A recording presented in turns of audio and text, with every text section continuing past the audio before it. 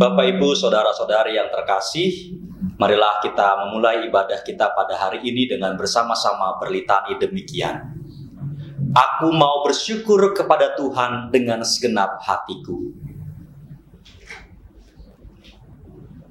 Aku mau bersukacita dan bersukaria karena Engkau.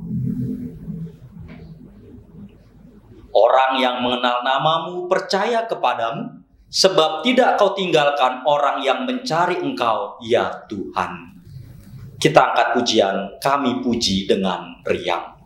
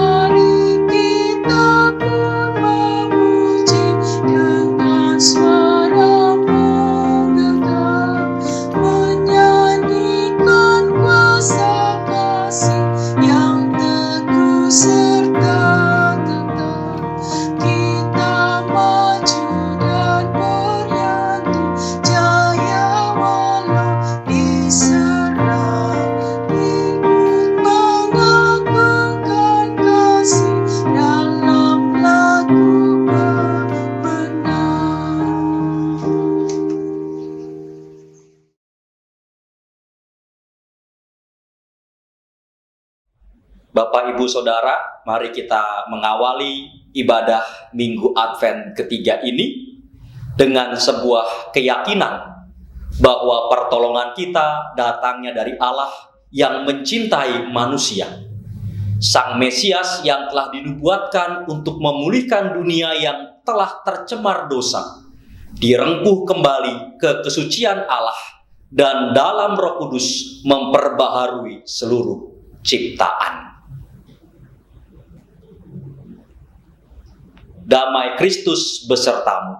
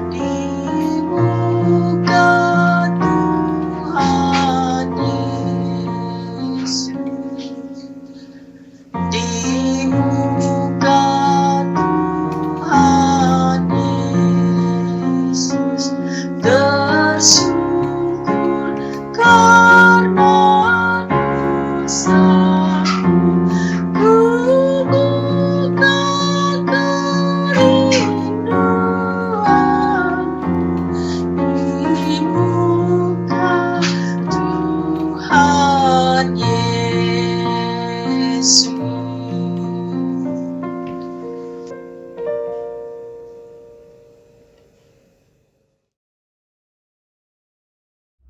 Bagi setiap kita yang menyadari dosanya serta berjanji hidup dalam jalan Tuhan, maka terimalah janji Tuhan dengan penuh syukur yang terdapat dalam Mazmur 146 ayatnya yang ke-10.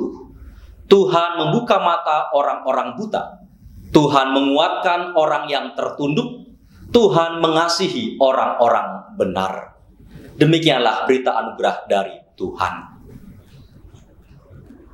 Tuhan Yesus Kristus sudah menebus kita, dan Dia mengajak kita untuk terus bersemangat, berbagi sukacita dan terang dalam kehidupan.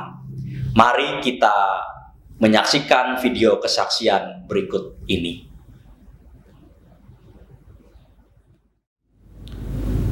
Dalam segala perkara, Tuhan punya rencana terlebih besar dari semua yang terfikirkan. Saya adalah seorang anak pertama dari 3 bersaudara. Kedua adik saya perempuan. Saya tumbuh dalam keluarga yang sederhana. Orang tua saya adalah orang tua yang gigih dan selalu berkorban apapun demi anak-anaknya. Mereka selalu mengajarkan kami untuk saling peduli satu sama lain, selalu menyerahkan segala aktivitas kepada Tuhan dengan terus sungguh-sungguh melakukannya. Pada Juni 2018, saya memutuskan melanjutkan studi saya sambil bekerja. Pada awalnya, semua baik-baik saja. Hingga pada akhir 2018, ayah saya terdiagnosa mengidap kanker melanoma di rongga mulutnya. Saya tersentak, kaget, sedih. Iya, semua itu ada dalam benak saya. Terutama mengenai biaya, karena ayah saya juga harus berhenti bekerja. Sehingga saya harus menjadi tulang punggung keluarga. Kenapa? Semua terbesit dalam pikiran saya. Singkat cerita, dalam proses pengobatan ayah saya harus berkali-kali rawat inap masuk rumah sakit. Beberapa kali semua berbenturan antara jam kuliah, jam kerja saya. Pulang kuliah, malam hari saya langsung menginap di rumah sakit. Pagi harus kembali bekerja, pulang kerja, kuliah lagi. Capek, letih. Semua cepat terbesit untuk keluar kuliah. Karena selain waktu, biaya kuliah juga bisa saya alihkan untuk tabungan persiapan. Dari permasalahan itu, saya datang kepada Tuhan dan menceritakan keluh kesah yang ada. Terkesan aneh, tapi seperti ada yang berbisik, jalani semuanya, aku bersamamu. Puji Tuhan, saat itu 4 bulan berlalu dan ayah saya bisa untuk berobat jalan. Dan atas penyertaan Tuhan melalui mama, adik-adik yang tiada lelah selalu support satu sama lain, serta doa dan semangat dari keluarga besar, teman-teman gereja GKJ, sahabat-sahabat, sehingga sampai saat ini semua bisa dilalui dengan penuh sukacita. Sambil terus giat bekerja dan kuliah saya pun sudah memasuki masa tugas akhir, ayah saya masih terus semangat menjalani pengobatan. Mohon doa dan semangat untuk kesembuhan ayah saya.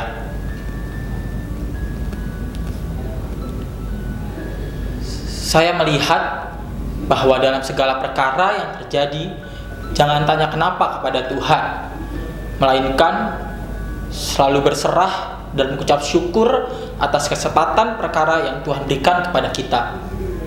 Karena dalam setiap perkara Tuhan punya rencana. Ku tak akan menyerah pada apapun juga, sebelum ku coba semua yang ku bisa, tetapi ku berserah kepada kehendaknya. Hatiku percaya Tuhan punya rencana. Hatiku percaya Tuhan punya rencana. Hatiku percaya Tuhan punya rencana.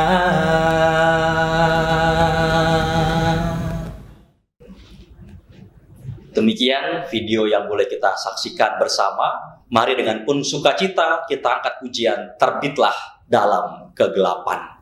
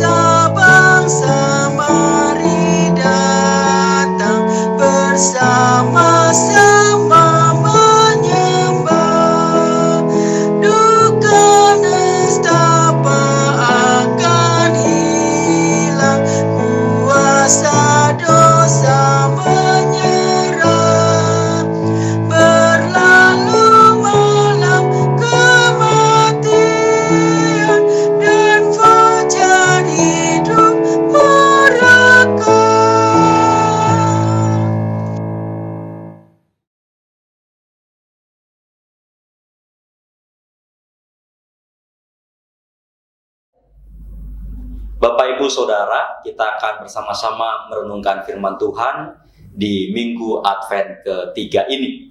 Oleh karena itu, mari kita menyatukan hati di dalam doa. Atas penyertaan-Mu ya Tuhan, kami dapat sampai di Minggu Advent ketiga, di mana pada minggu ini kami merayakan sukacita karena kedatangan Tuhan kami Yesus Kristus sudah dekat. Mampukan kami untuk dapat menyambut Sang Kristus di dalam kesungguhan. Maka jernihkanlah mata hati kami, sehingga kami dapat melihat kedatangan-Mu dan menyambut-Mu dengan sukacita. Di dalam nama Tuhan kami Yesus Kristus, kami siap merenungkan sabda-Mu. Amin. Bacaan firman Tuhan pada Minggu Advent ketiga ini diambilkan dari Injil Yohanes pasalnya yang pertama, ayat 6-8, dilanjutkan ayat 19-28. Datanglah seorang yang diutus Allah, namanya Yohanes. Ia datang sebagai saksi untuk memberi kesaksian tentang terang itu, supaya oleh dia semua orang menjadi percaya. Ia bukan terang itu, tetapi ia harus memberi kesaksian tentang terang itu. Dan inilah kesaksian Yohanes ketika orang Yahudi dari Yerusalem mengutus beberapa imam dan orang-orang Lewi kepadanya untuk menanyakan dia, "Siapakah engkau?" Ia mengaku dan tidak berdusta, katanya, "Aku bukan Mesias." Lalu mereka bertanya kepadanya, "Kalau begitu, siapakah engkau? Elia?" Dan ia menjawab, "Bukan." "Engkaukah nabi yang akan datang?" Dan ia menjawab, "Bukan." Maka kata mereka kepadanya, "Siapakah engkau? Sebab kami harus memberi jawab kepada mereka yang mengutus kami. Apakah katamu tentang dirimu sendiri?" Jawabnya, "Akulah suara orang yang berseru-seru di padang gurun. Luruskanlah jalan Tuhan, seperti yang telah dikatakan Nabi Yesaya." Dan di antara orang-orang yang diutus itu ada beberapa orang Farisi. Mereka bertanya kepadanya, katanya, "Mengapakah engkau membaptis jikalau engkau bukan Mesias, bukan Elia, dan bukan Nabi yang akan datang?" Yohanes menjawab mereka, katanya, "Aku membaptis dengan air, tetapi di tengah-tengah kamu berdiri Dia yang tidak kamu kenal, yaitu Dia yang datang kemudian daripadaku. Membuka tali kasutnya pun aku tidak layak." Hal itu terjadi di Betania yang di seberang sungai Yordan, di mana Yohanes membaptis. Demikianlah Injil Tuhan kita Yesus Kristus. Berbahagia setiap orang yang mendengar dan memelihara di dalam hatinya. Maranatha.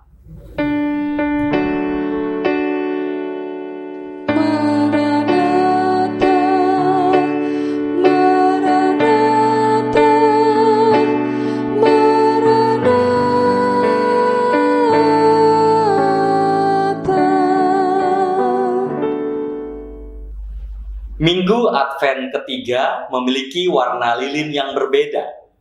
Bukan warna ungu yang melambangkan pengharapan, melainkan berwarna merah muda atau pink yang melambangkan kesukacitaan.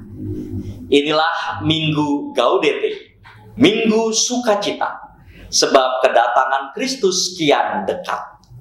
Dengarlah suara dari utusan Allah yang berseru-seru mempersiapkan jalan bagi kehadiran Sang Juru Selamat dunia.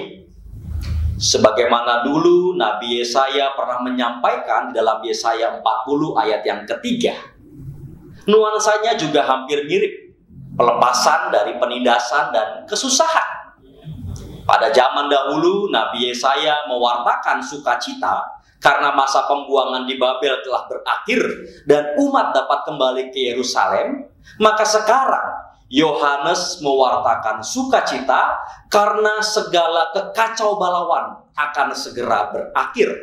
Sang Logos yang mencipta dan mengatur alam semesta akan datang ke tengah-tengah dunia sehingga semua makhluk akan kembali hidup dalam keteraturan dan harmoni. Bapak, Ibu, Saudara, lantangnya seruan Yohanes membuat banyak orang menjadi salah paham. Mereka berpikir Yohanes adalah Sang Logos itu sendiri. Sebab ia mengajak orang untuk bertobat, meninggalkan dosa dan kejahatannya. Selain itu, tindakan Yohanes melakukan baptisan yang menjadi simbol dari pembersihan diri semakin memperkeruh salah paham itu. Hal ini nampak dari datangnya beberapa orang yang diutus oleh Mahkamah Agama untuk menanyai, "Siapakah engkau?" Pertanyaan ini begitu penting dan mendesak, sehingga sampai ditanyakan 3 kali. Ayat 19, 21, dan 22. Dan nantinya pertanyaan serupa juga akan muncul lagi, tetapi ditanyakan kepada Yesus. Yohanes 8 ayat yang ke-25. Oleh karenanya pertanyaan "Siapakah engkau?" serta kesalahpahaman ini mempertegas ayat 10 dan ayat 11 yang mengatakan ia telah ada di dalam dunia dan dunia dijadikan olehnya, tetapi dunia tidak mengenalnya. Ia datang kepada milik kepunyaannya, tetapi orang-orang kepunyaannya itu tidak menerimanya. Ya, kondisi dunia sungguh kacau balau sampai-sampai tidak dapat mengenali penciptanya. Dan Yohanes hendak meluruskan kesalahpahaman yang terjadi dengan pertama-tama menolak 2 pandangan yang dikenakan padanya. Yang pertama, Yohanes mengatakan, "Aku bukan Mesias." Artinya ia bukan orang yang secara resmi ditunjuk oleh Tuhan kepada umatnya untuk memberikan pembebasan. Yang kedua, Yohanes mengatakan, "Aku bukan Elia." Artinya ia bukan orang yang menjadi pertanda datangnya akhir zaman, seperti yang dituliskan dalam Maleakhi 4 ayat yang kelima demikian. "Sesungguhnya aku akan mengutus Nabi Elia kepadamu menjelang datangnya hari Tuhan yang besar dan dahsyat itu." Kedua jawaban dengan pola negasi ini menegaskan keseriusan Yohanes di dalam mengajak pendengarnya saat itu dan kini kita sebagai pembacanya untuk membersihkan pikiran dari prasangka-prasangka yang kita buat sendiri. Pikiran kita ini memang dipenuhi dengan berbagai macam prasangka saat kita akan mengenali orang lain. Saya mengambil contoh saat saya naik kelas 3 SD. Itu banyak kakak kelas dan juga teman-teman mengatakan bahwa nanti guru kelas yang akan mengajar termasuk kategori guru yang killer, galak, suka menghukum, suka memberikan banyak tugas. Nah, informasi itu membuat saya merasa sangat takut. Sehingga di awal tahun pelajaran, saya sempat mogok sekolah beberapa hari karena membayangkan nanti di kelas akan dimarahi atau akan dihukum. Padahal bertemu dengan gurunya saja belum, gitu kan? Ya, itulah akibatnya kalau pikiran dipenuhi oleh berbagai prasangka. Belum bertemu langsung sudah membayangkan hal-hal yang mengerikan. Oleh karenanya, membuang jauh-jauh prasangka menjadi syarat utama untuk memperoleh pengenalan yang benar.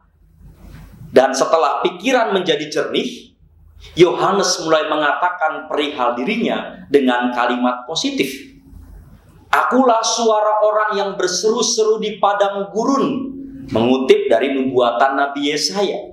Aku membaptis dengan air, tetapi akan datang kemudian Dia yang membuka tali kasutnya pun aku tidak layak. Merujuk pada perannya yang hanya menjadi sarana bagi kedatangan Sang Logos. Yohanes merasa bahwa tugas yang dikerjakannya bukanlah pekerjaan yang besar. Dia merasa hanya berseru-seru saja. Tetapi justru rasanya begitu besar karena keadaan umat yang sudah lama abai dengan suara Tuhan, tertutup dengan berbagai macam prasangkanya sendiri yang menyesatkan. Dan Bapak Ibu Saudara, tepat disinilah kita dapat melakukan introspeksi. Di saat Natal sudah menjadi semacam tradisi yang membuat kita dipenuhi oleh berbagai macam prasangka saat akan merayakannya. Kita ingat kalau Natal biasanya kita kumpul keluarga atau berlibur bersama, bertukar kado, makan makanan yang enak. Dan bisa jadi kita kehilangan makna hadirnya Sang Logos yang mendatangkan keteraturan dan harmoni. Saya sendiri pernah mengalaminya ketika kesibukan Natal membuat saya kelelahan, sehingga saat berkumpul bersama keluarga, saya kehilangan kesabaran karena persoalan sepele dan akhirnya malah meledak dalam kemarahan. Beberapa hari lamanya saya tertegun dalam penyesalan karena telah gagal memberi kesaksian tentang Sang Terang, di mana bukannya mengupayakan keteraturan dan harmoni, saya justru malah menghilangkan sukacita Natal, menghilangkan sukacita menyambut kedatangan Sang Terang itu. Ya, Bapak Ibu Saudara, kita memang butuh waktu untuk menenangkan batin dan membiarkan kuasa Allah merasuki seluruh hati dan pikiran. Barangkali merayakan Natal di tengah pandemi dapat menjauhkan kita sejenak dari rutinitas tradisi yang sudah sekian lama berlangsung, sehingga kita dapat memperoleh pengenalan yang benar akan kedatangan Sang Logos. Kita dibersihkan dari segala macam prasangka yang hinggap di pikiran, dan di dalam ketenangan kita dapat mendengarkan suara Roh Kudus yang meneguhkan iman. Oleh karenanya, selamat memasuki Minggu Advent ketiga, Minggu Sukacita, dan harapannya sukacita ini akan terus kita bawa dan akan terus meningkat sampai dengan hari Natal tiba. Dan saat Natal kita boleh merayakannya dengan penuh kesungguhan untuk membuat dunia menjadi teratur dan harmoni.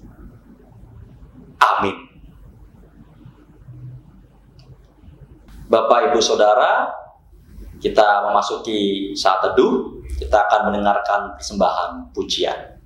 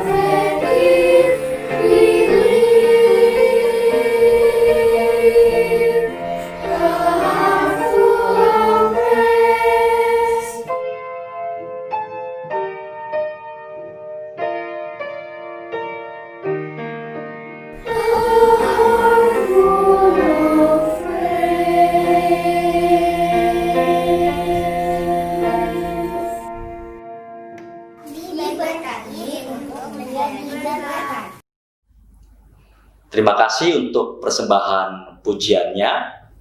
Mari Bapak Ibu Saudara, bersama dengan seluruh umat Allah di sepanjang sejarah penyelamatan Allah, kita mengucapkan pengakuan iman rasuli yang demikian. Aku percaya kepada Allah, Bapa yang Maha Kuasa, Khalik langit dan bumi, dan kepada Yesus Kristus, Anak yang tunggal Tuhan kita, yang dikandung daripada Roh Kudus, lahir dari anak darah Maria, yang menderita di bawah pemerintahan Pontius Pilatus, disalibkan, mati dan dikuburkan, turun ke dalam kerajaan maut. Pada hari yang ketiga, bangkit pula dari antara orang mati, naik ke sorga, duduk di sebelah kanan Allah Bapa yang Maha Kuasa, dan akan datang dari sana untuk menghakimi orang yang hidup dan yang mati. Aku percaya kepada Roh Kudus, gereja yang kudus dan am, persekutuan orang kudus, pengampunan dosa, kebangkitan orang mati, dan hidup yang kekal.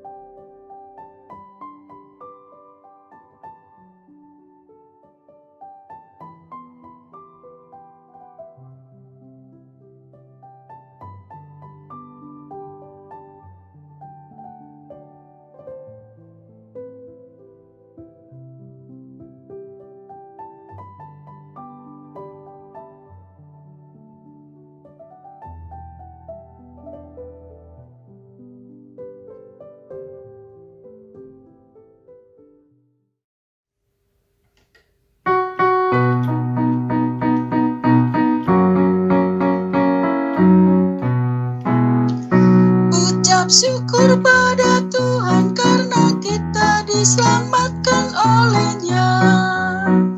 Senandungkan lagu baru, senandungkan lagu baru bagi-Nya.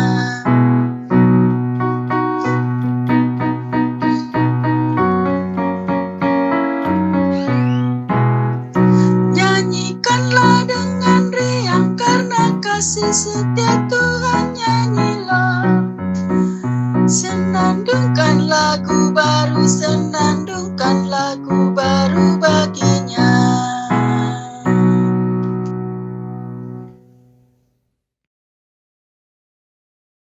Bapak Ibu Saudara, mari kita bersatu dalam doa. Ya Allah, Bapa yang penuh kasih, di dalam cinta kasih-Mu kami memasuki minggu Advent yang ketiga.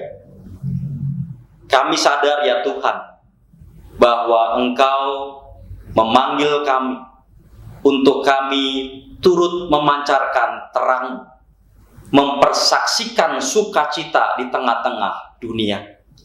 Khususnya ketika kami sedang berada di dalam masa pandemi, di mana banyak orang, mungkin juga termasuk kami, merasa cemas, khawatir dan takut. Mampukan kami untuk tetap merasakan sukacita akan kedatangan-Mu. Kami juga menyadari akan kelemahan dan dosa kami, di mana alih-alih kami memancarkan terang, kami justru malah sibuk dengan pementingan diri sendiri, dengan berbagai macam rutinitas dan tradisi, sehingga sesungguhnya kami malah kehilangan makna Natal. Maka melalui perayaan Natal di masa pandemi, barangkali ini menjadi waktu yang tepat bagi kami untuk dapat merefleksikan kembali, memaknai ulang kedatangan Sang Kristus yang memberikan sukacita, sehingga sukacita itu bisa tetap tinggal dalam hati kami, menerangi seluruh langkah kehidupan kami, bahkan juga dapat kami bagikan kepada banyak orang, sehingga dunia ini boleh merasakan kasih-Mu. Ya Bapa di sorga, berbagai macam pergumulan yang kami hadapi, entah karena sakit penyakit, ataupun juga pergumulan-pergumulan yang lainnya, yang mencari pekerjaan, yang mencari jodoh pasangan, bergumul soal relasi di tengah-tengah keluarga, yang menantikan kehadiran momongan dalam keluarganya, ataupun juga dalam pemenuhan kebutuhan sehari-hari. Kami memohon ya Bapa, agar dalam setiap pergumulan itu, kami tetap diberikan iman dan pengharapan. Kami percaya Engkau senantiasa memberikan kami sukacita di dalam menjalani hari demi hari. Mampukan gereja-gereja Tuhan di berbagai tempat di dunia ini untuk selalu menyerukan cinta kasih, perdamaian, dan juga sukacita, sehingga dunia tidak larut di dalam kepanikan, tetapi dunia boleh tetap merasakan damai sejahtera. Berkati para pemimpin bangsa kami, agar mereka dapat mengambil setiap keputusan dengan tepat dan mendatangkan kesejahteraan bagi masyarakat. Sungguh ya Tuhan, kami bersyukur atas semua yang sudah Tuhan berikan kepada kami, dan oleh karenanya kami mengumpulkan persembahan. Terimalah persembahan kami sebagai tanda sukacita kami. Seluruh doa permohonan ini kami mohonkan di dalam nama Tuhan kami Yesus Kristus yang telah mengajar kami berdoa. Bapa kami yang ada di sorga, dikuduskanlah namamu, datanglah kerajaanmu, jadilah kehendak-Mu di bumi seperti di sorga.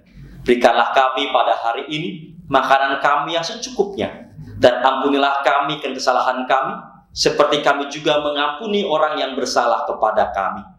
Dan janganlah membawa kami dalam pencobaan, tetapi lepaskanlah kami daripada yang jahat, karena Engkaulah yang mempunyai kerajaan dan kuasa dan kemuliaan sampai selama-lamanya. Amin.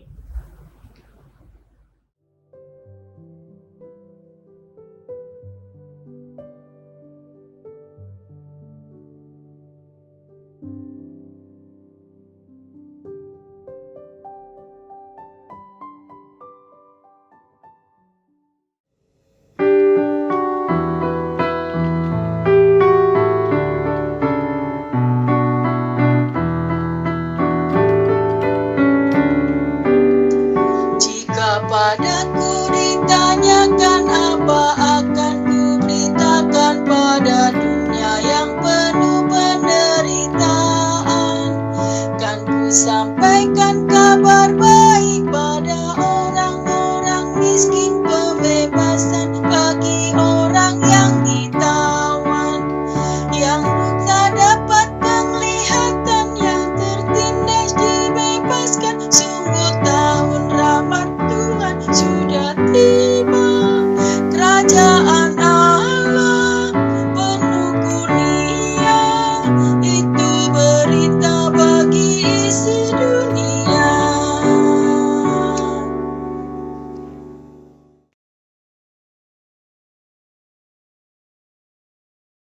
Bapak Ibu Saudara, arahkanlah hatimu kepada Tuhan dan pandanglah dunia.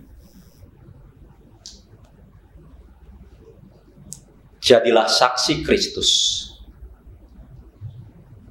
Terpujilah Allah Bapa, Anak, dan Roh Kudus.